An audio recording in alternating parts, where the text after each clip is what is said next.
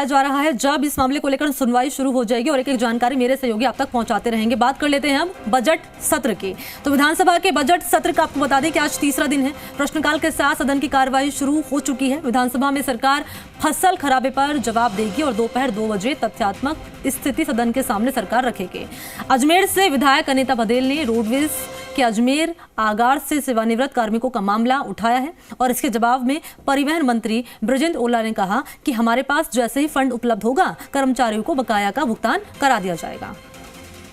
मनमानी वसूल करने से उत्पन्न स्थिति के संबंध में श्री गोविंद प्रसाद सदस्य की ओर से विधानसभा क्षेत्र मनोर थाना में राज्य सरकार द्वारा संचालित रोजगार उन्मुख विकास योजनाओं को प्रारंभ नहीं कराने से उत्पन्न स्थिति के संबंध में श्री हरेंद्र निमामा सदस्य की ओर से प्रदेश में प्रतियोगी परीक्षाओं में सुनियोजित नकल एवं पेपर लीक की घटनाएं होने से लाखों विद्यार्थियों का भविष्य अंधकार में होने से उत्पन्न स्थिति के संबंध में श्री धर्मेंद्र कुमार सदस्य की ओर से ये जूस और आइसक्रीम शॉप चलाते हैं और हर महीने 3 लाख तक कमाते हैं। आपको शुरू करना है, इनसे सीखना है तो फ्रीडम ऐप को अभी डाउनलोड कीजिए। विधानसभा क्षेत्र संगरिया में ग्राम सेवा सहकारी समिति हरदासा वाली में विभागीय कर्मचारियों द्वारा किसानों के नाम से ऋण उठाकर किए गए गबन के संबंध में श्री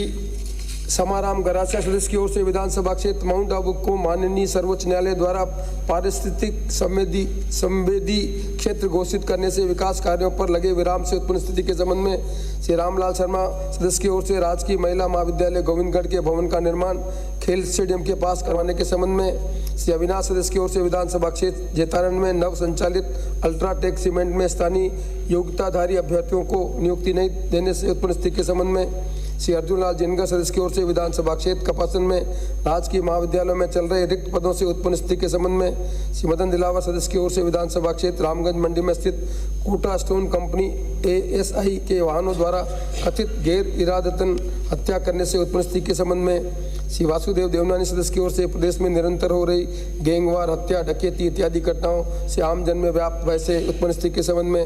श्री प्रताप सिंह सदस्य की ओर से प्रदेश में आंगनबाड़ी केंद्रों पर पोषाहार सामग्री की गुणवत्ता सही नहीं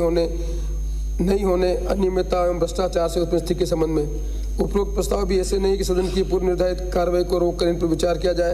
अतः अनुमति देने में असमर्थ हूँ। फिर भी माननीय सदस्य धर्मेंद्र कुमार MC समाराम गरासिया को उनके प्रस्ताव की विषय वस्तु पर 2-2 मिनट बोलने की अनुमति होगी। प्रक्रिया के नियम 295 के अंतर्गत प्राप्त विशेष उल्लेख की सूचना है। श्री अमर सिंह सदस्य की ओर से रोदावल कस्बे को नगर पालिका बनाए जाने के संबंध में श्री फूल सिंह मीना सदस्य की ओर से UIT उदयपुर की परिसीमा क्षेत्र में समुचित विकास कार्य नहीं होने से उत्पन्न स्थिति के संबंध में श्री राजकुमार राव सदस्य की ओर से विधानसभा क्षेत्र डूंगरपुर में मनरेगा की सामग्री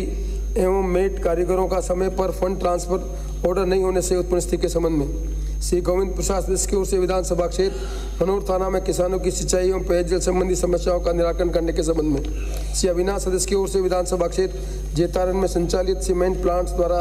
CSR बजट का जनित की योजनाओं पर खर्च नहीं करने से उत्पन्न स्थिति के संबंध में श्री मदन प्रजापत सदस्य की ओर से विधानसभा क्षेत्र पचपदरा में नहरी परियोजनाओं के रिक्त पदों को नहीं भरने एवं पेयजल की व्यवस्था नहीं होने से उत्पन्न स्थिति के संबंध में श्री गिरधारी लाल सदस्य की ओर से विधानसभा क्षेत्र डूंगरगढ़ में बिजली कटौती एवं पाले से खराब हुई फसलों का किसानों को मुआवजा देने एवं विद्युत कटौती को तुरंत बंद करने के संबंध में श्री सुरेश मोदी सदस्य की ओर से सीकर जिले के लिए स्वीकृत कुंभार आमले परियोजना का कार्य शीघ्र प्रारंभ करवाने के संबंध में श्री प्रताप लाल भील सदस्य की ओर से विधानसभा क्षेत्र गोगुंदा की पंचायत समिति बड़गांव में प्रस्तावित सड़क निर्माण में प्रभावित परिवारों को उचित मुआवजा नहीं मिलने से उत्पन्न स्थिति के संबंध में श्री संजय शर्मा सदस्य की ओर से विधानसभा क्षेत्र अलवर शहर में सीवरेज निकास की समुचित व्यवस्था नहीं होने से उत्पन्न स्थिति के संबंध में श्री ओम प्रकाश उल्ला सदस्य की ओर से प्रदेश में सैनी समाज की आरक्षण की मांग पूर्ण करने एवं इस आंदोलन में युवाओं पर दर्ज मुकदमों को वापस लेने के संबंध में श्री वासुदेव देवनानी सदस्य की ओर से अजमेर विकास प्राधिकरण द्वारा विधानसभा क्षेत्र अजमेर उत्तर स्थित कोटड़ा आवासीय योजना एवं हरिभाऊ उपाध्याय नगर मुख्य में फैसिलिटी सेंटर कम रुबात guest house of Telangana state एवं अल्पसंख्यक छात्रावास हेतु आवंटित भूखंड को निरस्त करने के संबंध में श्री आकम अली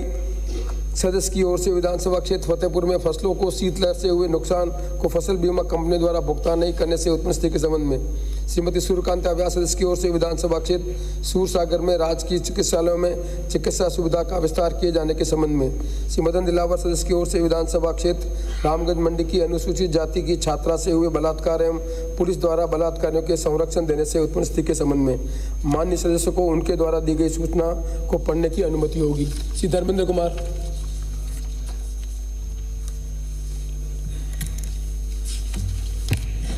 माननीय अध्यक्ष महोदय,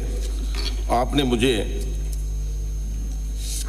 बोलने में मौके दिए, इसके लिए धन्यवाद देता हूँ। माननीय अध्यक्ष महोदय, मैं आपसे माध्यम से निवेदन करना चाहता हूँ, सहकारिता के प्रति किसानों का बड़ा लगाव है और विश्वास भी है, पर जिस सहकारिता के अंदर किसान अपना सब कुछ उसमें जमा कराता है, उसमें अपनी कृषि संबंधी कार्य काम पे राशि काम में लेता है, परंतु आज मैं हनुमानगढ़ जिले की 2-3 सहकारी समितियां जहाँ काश्तकार वहां धरने पर बैठे हैं, बार बार ज्ञापन भी दे रहे हैं और इतना गबन हो गया कि काश्तकारों का कोई सुनने वाला नहीं है। संबंधित जिला कलेक्टर और संबंधित एसडीएम को ज्ञापन देने के बाद में भी उन जो वहाँ कर्मचारी है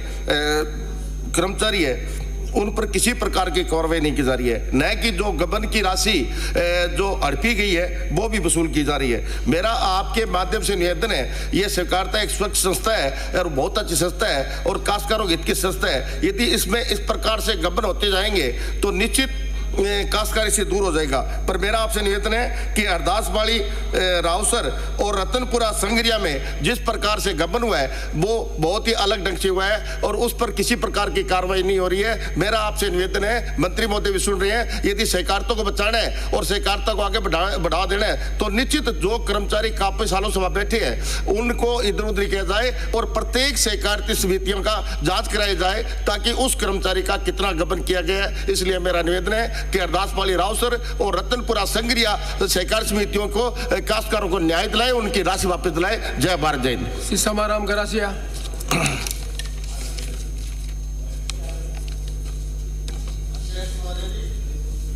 आपके माध्यम से मैं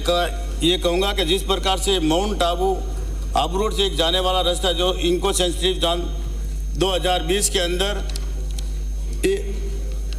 उसमें 1 किमी जो बताया गया, जबकि 100 मीटर का दायरा पहले किया था, उसमें मॉडर्न इंसुलेटर, सारे ब्रह्म कुमारीज है, सारी संस्था बनी हुई है। अगर 1 किलोमीटर किया जाता है तो इनको सेंसिटिव जोन के अंदर 15-16 पंचायतें आती है, जिसके अंदर सिर्फ मात्र खेतीबाड़ी की जा सकती है, निर्माण मुकाम वगैरह अन्य मतलब परमिशन लेने में आपत्ति आती है। इसलिए मेरा अध्यक्ष महोदय आपसे माध्यम से सरकार से यही निवेदन करूंगा कि जिस प्रकार से पहले जो 100 मीटर का दायरा किया था उस दायरे को ही लिया जाए, क्योंकि इसमें पूरी पंचायत सरपंचों का कोई अधिकार सारा समाप्त हो जाता है और उसमें उद्योग भवन और सारे जो निवासी उसमें कई कठिनाइयों का सामना करना पड़ता है। मेरा आपसे माध्यम से सरकार से यही निवेदन आपके माध्यम से करना चाहूँगा कि कम से कम इनको सेंसिटिव जोन 2020 के अधिनियम के अंदर 100 मीटर का दर्शाया गया उसको ही मान्यता रखा जाए, यही मेरा आपसे निवेदन।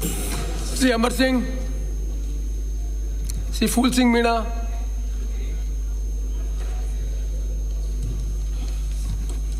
माननीय अध्यक्ष महोदय, राजस्थान विधानसभा के प्रक्रिया तथा कार्य संचालन के नियम 295 के अंतर्गत विशेष उल्लेख प्रस्ताव। महोदय, उपरोक्त विषय अंतर्गत निवेदन है कि उदयपुर में यूडीए प्राधिकरण लेने के लिए एक प्रस्ताव आया, जिसमें करीब 40 किलोमीटर दूर के गांव व पंचायतों को जोड़कर इस प्राधिकरण में लेने का प्रस्ताव दिया था, जो कतई संभव नहीं है, क्योंकि वर्षों पहले उदयपुर में यूआईटी पेराफेरी में 130 गांवों को लिया था, जिसमें अनेक गांव आज भी ऐसे हैं जहां पर एक नया पैसा डेवलपमेंट में नहीं लगाया है। जैसे देही माता राजस्व गांव होने के बावजूद भी विकास नहीं हुआ, ऐसे अनेक गांव है जहां यूआईटी की परमिशन बिना कोई भी सार्वजनिक सामुदायिक भवन है या रोड। ये जूस और आइसक्रीम शॉप चलाते हैं और हर महीने 3 लाख तक कमाते हैं। आपको शुरू करना है, इनसे सीखना है तो फ्रीडम ऐप को अभी डाउनलोड कीजिए।